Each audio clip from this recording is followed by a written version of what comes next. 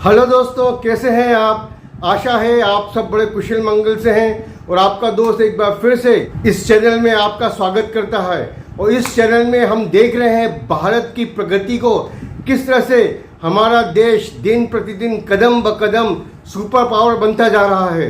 और इसी कड़ी में एक बड़ी खुशखबरी आई है कि कल हमारे माननीय प्रधानमंत्री श्री नरेंद्र मोदी जी ने 3 नई वंदे भारत एक्सप्रेस का उद्घाटन किया है।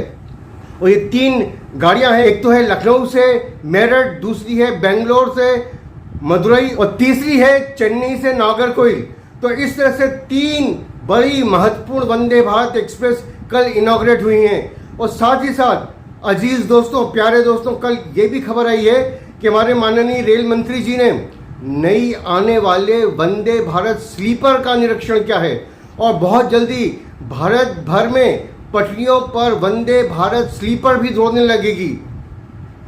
अब आप पूछेंगे ये वंदे भारत और वंदे भारत स्लीपर में क्या फ़र्क है।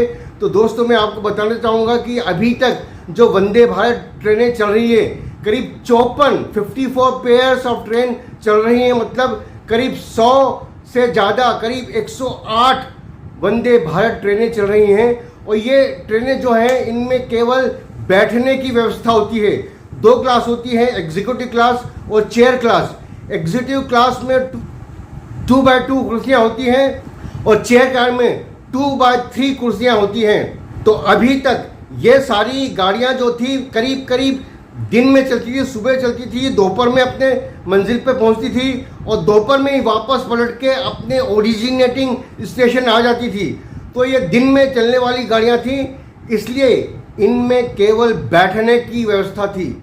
लेकिन अब रेलवे प्लान कर रहा है कि करीब 1000 किलोमीटर और उससे ज़्यादा रात का सफ़र हम कर सकें जिसमें सोने की व्यवस्था हो। अभी तक तो वंदे भारत ट्रेनों में बैठने की व्यवस्था थी, लेकिन अब ये जो गाड़ियाँ चलेंगी वंदे भारत स्लीपर, इनमें सोने की व्यवस्था होगी, उनमें बर्थ होगी और आप रात भर का सफ़र आराम से सोते हुए कर सकेंगे।